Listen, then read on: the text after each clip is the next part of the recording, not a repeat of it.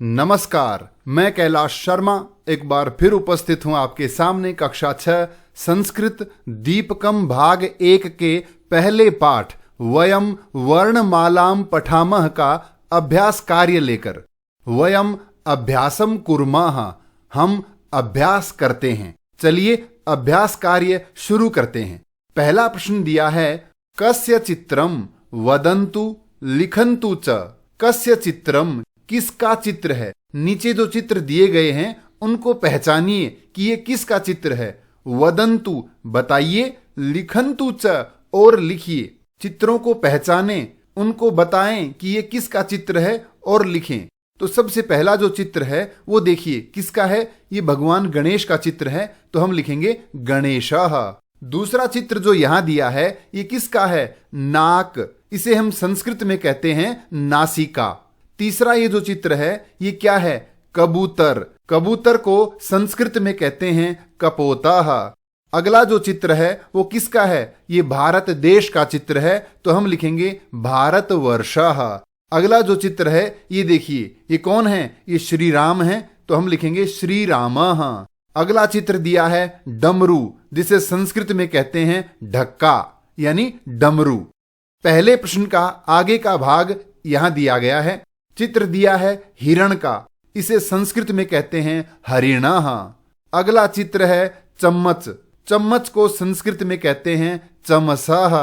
अगला चित्र यहां देख रहे हैं ये क्या है। यज्ञ, तो हम लिखेंगे यज्ञः। और ये जो चित्र है ये किसका है। पैर, पैर को संस्कृत में कहते हैं पादम। तो ये था पहला प्रश्न। पहले प्रश्न के बाद हम आगे बढ़ते हैं प्रश्न संख्या 2 की ओर। दिया है चित्रम पश्यन्तु, चित्रों को देखिए। पट्टिकातः समुचितान वर्ण समूहान चित्वा। पट्टिकातः, ये पट्टिका, ये बॉक्स है, इसमें से समुचितान वर्ण समूहान चित्वा, सही वर्ण समूह को चित्वा मानी चुनकर रिक्त स्थान पूरे कीजिए। जैसे यहां चित्र दिया है कमल का, कमल को संस्कृत में कहते हैं पंकजम। तो यहां पर ये जो वर्ण समूह है इसे हम यहां पर लगाएंगे तो ये बनेगा पंकजम। इसी तरह से ये क्या है, चंद्रमा। अब इसका पहला अक्षर यहां दिया है, बाकी हमें इसमें से चुनकर लिखना है। तो ये कैसे पता चले कौन सा शब्द सही है।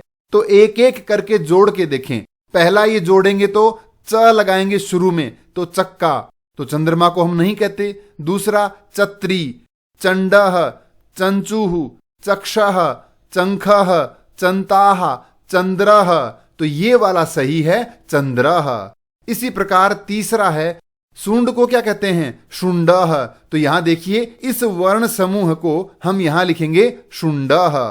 अगला है वृक्ष, तो क्या लिखें, ये वाला वर्ण समूह उठाकर हम यहां लिखेंगे वृक्षः।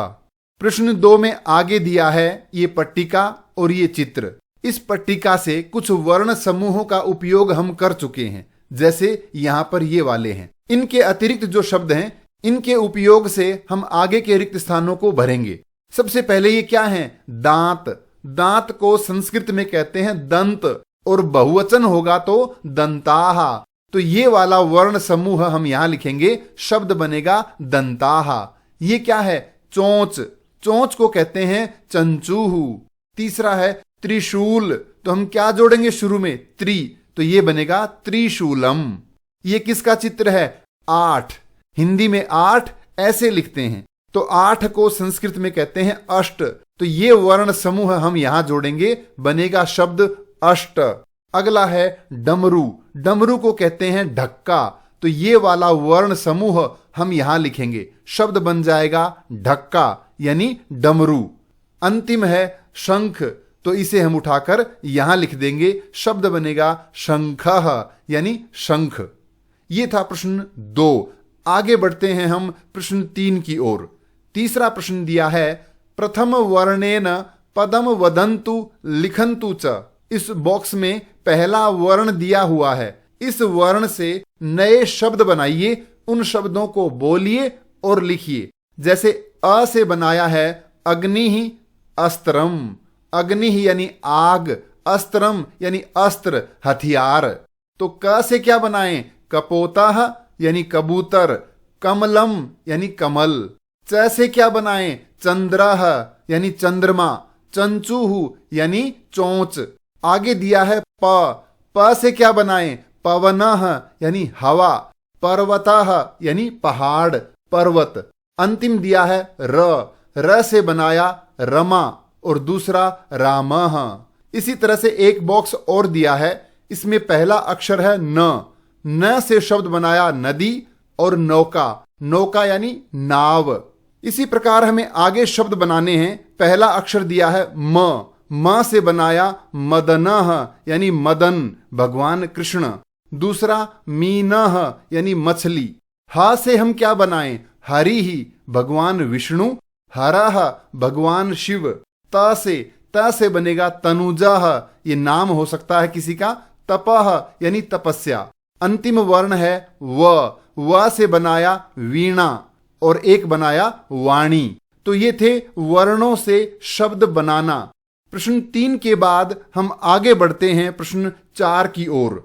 यहां दिया है स्वपरिवारस्य सदस्यानाम पूर्ण नामानि लिखन्तु। नीचे एक टेबल दी है, इस टेबल में अपने परिवार के सदस्यों के पूर्ण नामानि, पूरे नाम लिखिए। जैसे जो हमारा रिश्ता है वो यहां लिखा हुआ है, माता, पिता, भगिनी यानी बहन, भ्राता भाई, पितामही यानी दादी, पितामह यानी दादा, मातामही नानी, मातामह यानी नाना। तो जो पुरुष हैं उनके नाम के आगे श्रीमान और जो महिला हैं उनके नाम से पहले हम श्रीमती ऐसा लिखेंगे। तो इसे नाम दिया है उपाधि। ये दोनों ही कॉलम यहां दिए हुए हैं, पहले से लिखे हुए हैं। तो हमें अपनी माता का नाम यहां लिखना है। मैं उदाहरण स्वरूप कुछ नाम यहां लिख रहा हूं। जैसे मैंने लिखा श्रीमती योगिता। अब मध्य नाम यहां नहीं है तो हमने डैश लिख दिया। अंत्य नाम या अपने कुल का नाम यहां लिखना है। मैंने लिखा शर्मा। पिता का नाम लिखा है श्रीमान रोहित कुमार शर्मा। ये प्रथम नाम यानी पहला नाम है। मध्य नाम ये मिडिल नेम है और अंत्य लास्ट नेम या कुल नाम तो हमने लिखा रोहित कुमार शर्मा। यदि हमारे मन में ये विचार आ रहा है कि रोहितः कुमारः ये क्यों नहीं लिखा, तो पूरा नाम होता है यहां पर खत्म शर्मा, इसमें विसर्ग नहीं लगेंगी, तो हमने पूरा नाम इसी तरह से लिख दिया। यदि यही नाम हम लिखते रोहितः इतना ही तो विसर्ग लगाते, रोहित कुमारः यहां तक लिखते तो कुमार के आगे विसर्ग लगाते, और यदि हमने शर्मा लिखा है तो इसमें विसर्ग नहीं लगेगा। तीसरा है भगिनी। बहन का नाम लिखा पूजा शर्मा, मध्य नाम में डैश लिखा है। भ्राता जैसे महेशाह, अब इसमें हमने मध्य नाम या अंत्य नाम नहीं लिखा तो हम यहां लिख सकते हैं महेशाह। इसी तरह से पितामही यानी दादी श्रीमती विमला शर्मा। पितामह यानी दादा कमल कांतः, इसमें अंत्य नाम यदि ये नहीं लिखते तो हम यहां डैश लिख देते हैं, और कमल कांत है तो यहां विसर्ग लगेगी कमल कांतः। मातामही नानी उमा देवी, ये ईकारांत स्त्रीलिंग शब्द है, विसर्ग नहीं लगेगी। मातामह यानी नाना श्रीमान उमा शंकर भारद्वाजः, पूर्ण नाम के पश्चात हम यहां विसर्ग लगाएंगे। तो इसी प्रकार आप भी अपने परिवार जन के नामों को लिख सकते हैं। ये था प्रश्न 4। आगे बढ़ते हैं प्रश्न 5 की ओर। कक्षायाः शिक्षिकाणाम शिक्षकाणाम च पूर्ण नामानि लिखन्तु। यहां पर भी नीचे एक टेबल दी हुई है, इसमें अपनी कक्षा के शिक्षिकाणाम अध्यापिकाओं के, शिक्षकाणाम अध्यापकों के पूर्ण नामानि लिखन्तु, पूरे नाम लिखिए। जैसे पहला है श्रीमान नकुल कुमार मिश्रा, दूसरे अध्यापक हैं श्रीमान भगवती प्रसादः। यहां देखिए पहले नाम में हमने विसर्ग नहीं लगाया, क्यों? क्योंकि ये नाम पूरा होता है यहां मिश्रा, ये आकारांत शब्द है, यहां विसर्ग नहीं लगेगी। दूसरा जो नाम है भगवती प्रसाद, ये अकारांत पुल्लिंग है, यहां विसर्ग लगेगी। इसी तरह से तीसरे हैं श्रीमान वीरेंद्र सिंह राठौड़ः। चौथे अध्यापक हैं श्रीमान दिनेश चंद्र माथुरः। आगे बढ़ते हैं, एक अध्यापिका हैं श्रीमती निर्मला कुमारी, और अंत में दिया है श्रीमान तरुण कुमार दासः। ये थे हमारी कक्षा के अध्यापक और अध्यापिकाओं के नाम।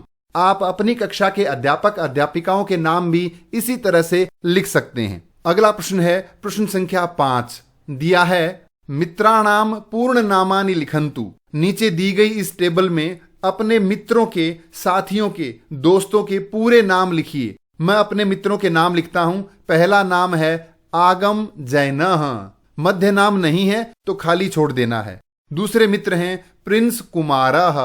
तीसरा मित्र है केशव गुप्ता। मध्य नाम नहीं है तो हमने खाली छोड़ दिया। चौथा मित्र है अभय सिंहः और पांचवा है विवानः।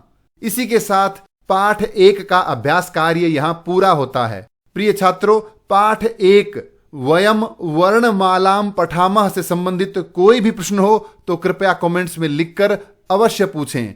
धन्यवाद।